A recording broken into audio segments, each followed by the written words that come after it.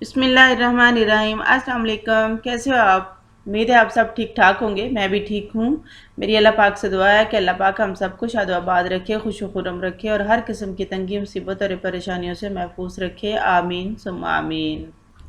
आज की इस वीडियो में मैं आप लोगों को एक बहुत मज़े की रेसिपी देने जा रही हूँ, जो कि चने की दाल और पालक का साग है।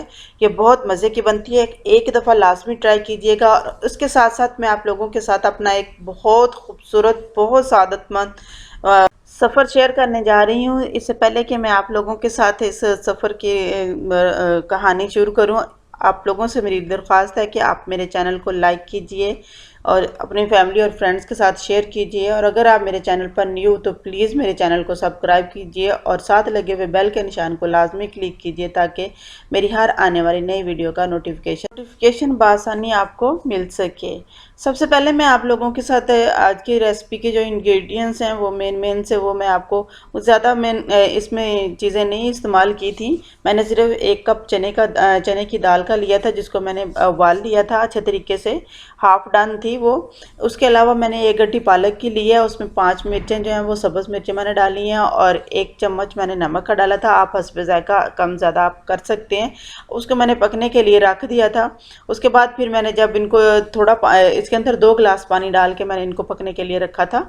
तो जब इसका पानी बिल्कुल हाफ, मेरे ख्याल में आधा कप के करीब, आधा ग्लास के करीब का पानी मेरा रह गया था, जो उस वक्त मैंने इसको ग्राइंड कर लिया था। उसके बाद मैंने इसको तड़का लगा लिया था लहसुन के साथ। लहसुन अदरक का पेस्ट था, उसके साथ मैंने इसको तड़का लगा लिया था और इसको बटर के साथ जो है वो सर्व किया था। बहुत मज़े का साग बनता है। आप मेरी इस रेसिपी को लाजमी ट्राई कीजिएगा और कमेंट्स बॉक्स में मुझे लाजमी बताइएगा कि आपको कैसी लगी और इसमें हम क्या चीज़ का एडिशन करके या फिर इसमें से लेस करके जो है वो हम इसको और ज़्यादा जायकेदार बना सकते हैं। मेरे साथ लाजमी शेयर कीजिएगा।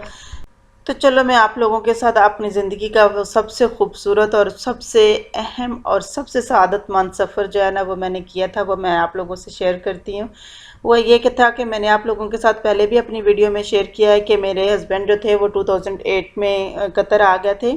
उसके 2 साल बाद ही इन्होंने उम्रा कर लिया था। तो अब उम्रे के लिए वहाँ पे गए हैं, तो वहाँ से मुझे उन्होंने कॉल की है कि सारे जो मेरे साथ, क्योंकि कतर से बाय बस जाते हैं ना उम्रा करने के लिए, तो ये फिर ग्रुप की सूरत में वो लेके जाते हैं। तो काफ़ी इनके साथ थे जो लोग, तो उन्होंने तो कहते कि वो सब ना कोई शॉपिंग कर रहे हैं। तो मुझे उन्होंने कॉल की कि मैं आपके लिए क्या लेके आऊँ।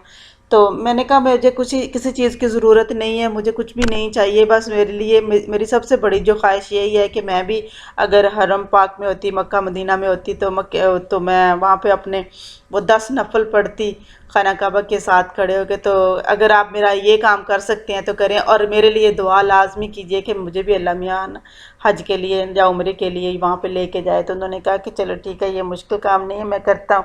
उन्होंने किया। तो फिर उसके बाद 1 साल बाद हम 2 साल बाद हम यहाँ पे आए हैं 2012 में। तो 2012 में ही मेरे हस्बैंड ने हमारी कोशिश की, क्योंकि बच्चों के साथ ही हम उम्रा करने के लिए गए थे। तो यहाँ पे आप जैसे कि मैंने आपको पहले बताया कि हम बस के ज़रिए ही सफ़र किया था हमने सारा। बस में हर किस्म के, हर मुल्क के लोग थे। बस में जो थे काफ़ी बड़ी सारी बस थी जो जिसमें हर मुल्क के लोग थे। मेरे ख्याल में पाकिस्तानी फैमिली 1-2 थी, ज़्यादा इंडियंस थे और दूसरे मुल्कों के या बांग्लादेशी थे लोग ज़्यादातर सफ़र करने के लिए। खैर मज़ा आया सारे रास्ते हम सफ़र करने के लिए। सफ़र बहुत लंबा था, लेकिन फिर भी जगह जगह पे रुकते थे। तो हर काम रास्ते में रुक के, कहीं खाना खाने के लिए कभी रुकना है, कभी तो फिर अगर किसी की तबीयत थोड़ी ख़राब हो जाती तो वो हर जगह पे सहूलतें रास्ते में उन्होंने घर बना के, छोटे छोटे कमरे बना के छोड़े हुए हैं, होटल वगैरह हैं।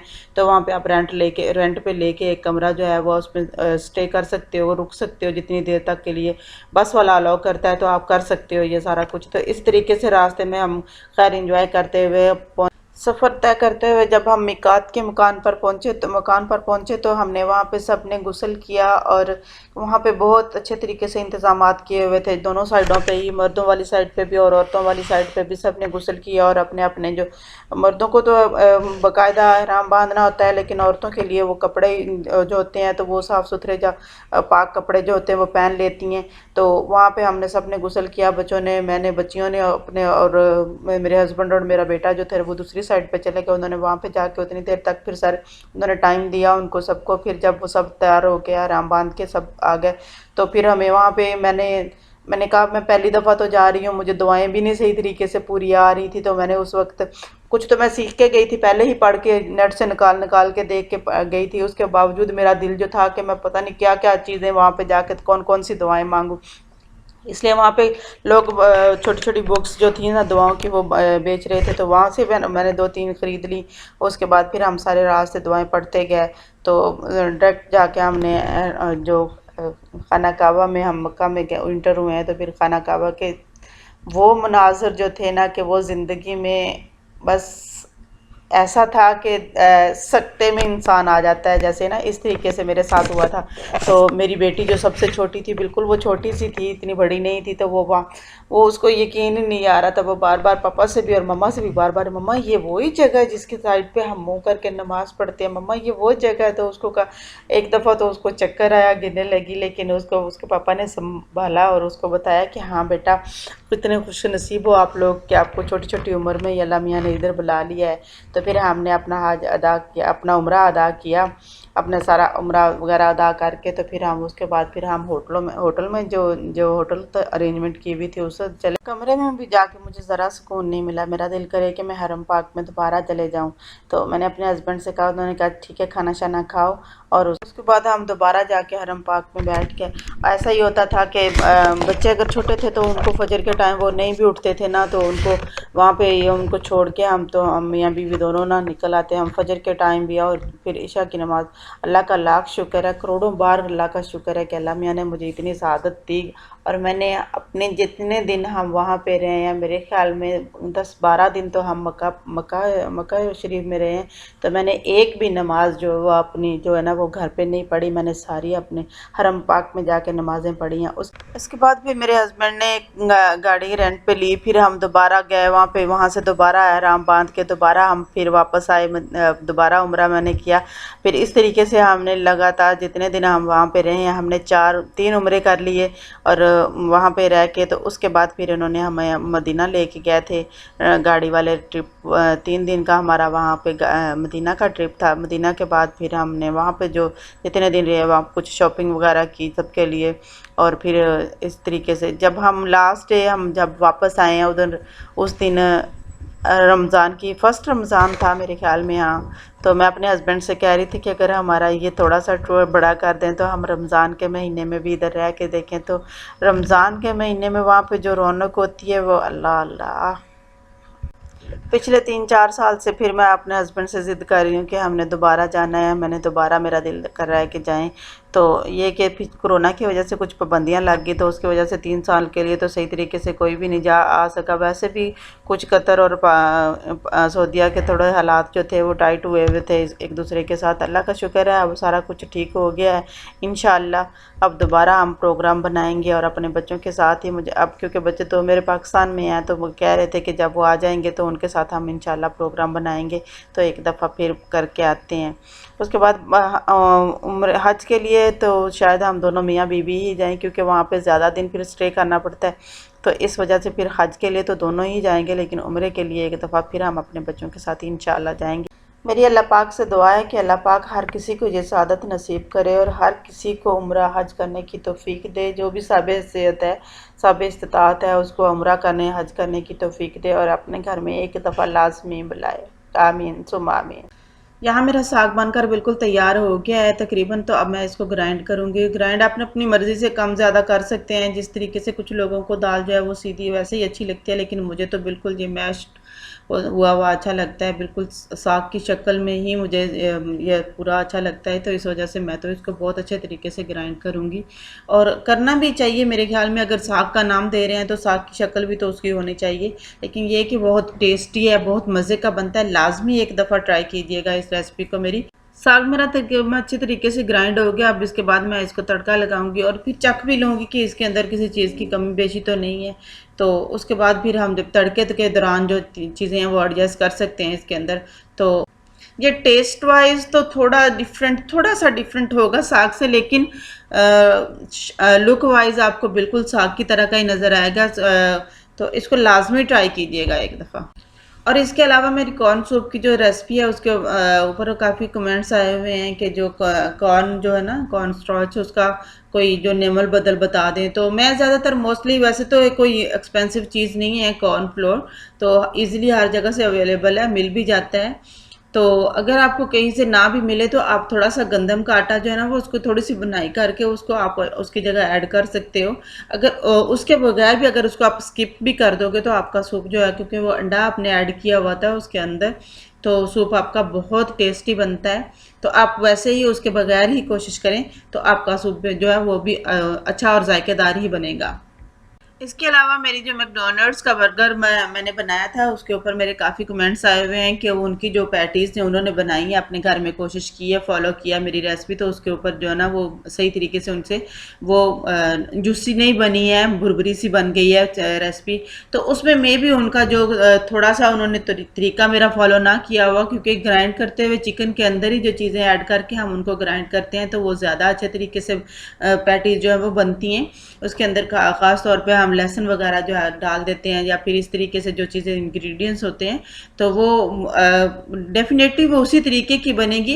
वैसे भी मेरे से भी पहले शुरू शुरू में ये चीज़ नहीं बनती थी, मैंने काफ़ी मेहनत के साथ बहुत इस पर मेहनत की है, और मैंने, मेरे बच्चों को तो ये बहुत पसंद है, और उल्टा वो मुझे घर से ही कहते हैं कि बना के हमें दे। तो ज़्यादातर मैं कोशिश करती हूँ कि घर पे ही बना के, मोस्टली मेरी फ्रिज में बना के मैंने रखी होती हैं, लेकिन मेरी रेसिपी जो होती है वो बिल्कुल, उसमें जो पैटीज़ होती हैं वो बिल्कुल ठीक बनती हैं, कभी बुरबुरी नहीं होती हैं, जूसी ही होती हैं। अगर आपको ये मसला बन रहा है तो आप देखें कि आपका कुकिंग टाइम तो नहीं डिफरेंट हो गया मेरे से, या फिर आप थोड़ा सा उसके अंदर जो है वो ब्रेड जो है वो उसका एक स्लाइस जो है ना वो काट के, चाहे उसको ग्राइंड करके उसके अंदर डाल लें, तो आपको वो जो उसका होगा नज़र आ जाएगा सारा कुछ। क्योंकि मुझे लगता है कि मुझे जो फील हो रहा है कि वो यही है कि कुकिंग टाइम जो है वो थोड़ा सा उसमें आगे पीछे हो जाता है, तो जिसकी वजह से आपकी पैटीज़ जो होती हैं वो ड्राई हो जाती है। अदरवाइज़ मेरी पैटीज़ जो वो जूसी ही बनती है। जैसे अब ये मेरी टिक्का फ्राई की रेसिपी है, तो वो जब भी मैं बनाती हूँ तो मेरी तो सेम ही जायका सेम ही तरीके से बनती है और जूसी होती है उसी तरीके से ही।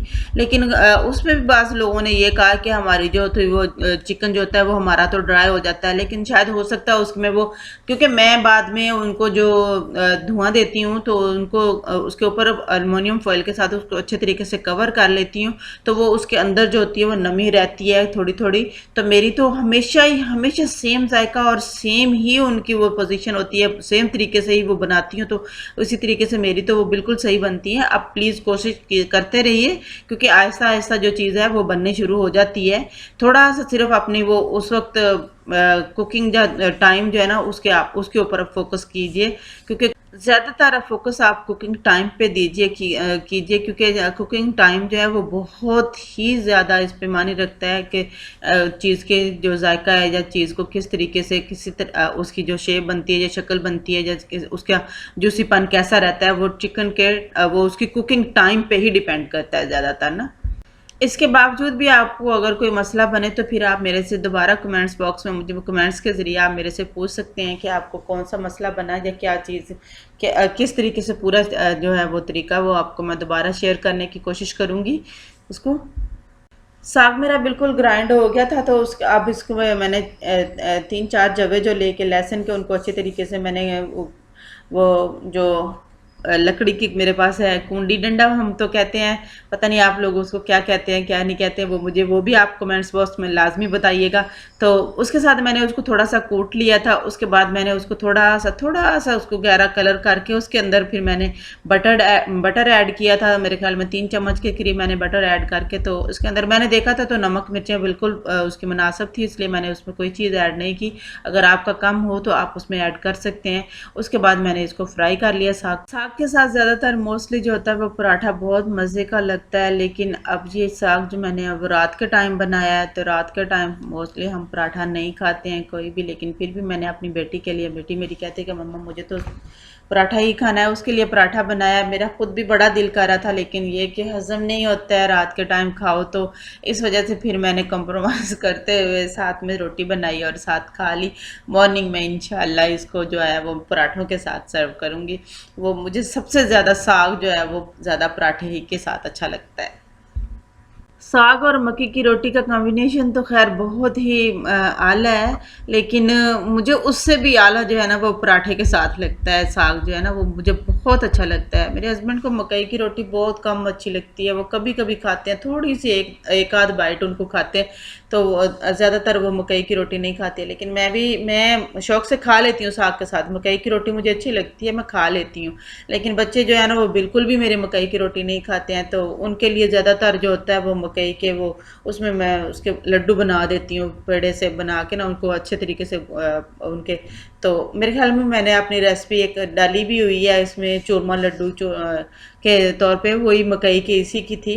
तो यहाँ पे मेरा साग जो है वो बिल्कुल बनकर तैयार हो गया। अब मैं इसको आप लोगों के साथ जो शेयर करती हूँ वो थोड़ा बटर इसमें ऐड करके, तो उसके बाद फिर मैं आप लोगों के दिखाती हूँ। मेरा चने की दाल और पालक का साग बनकर बिल्कुल तैयार है।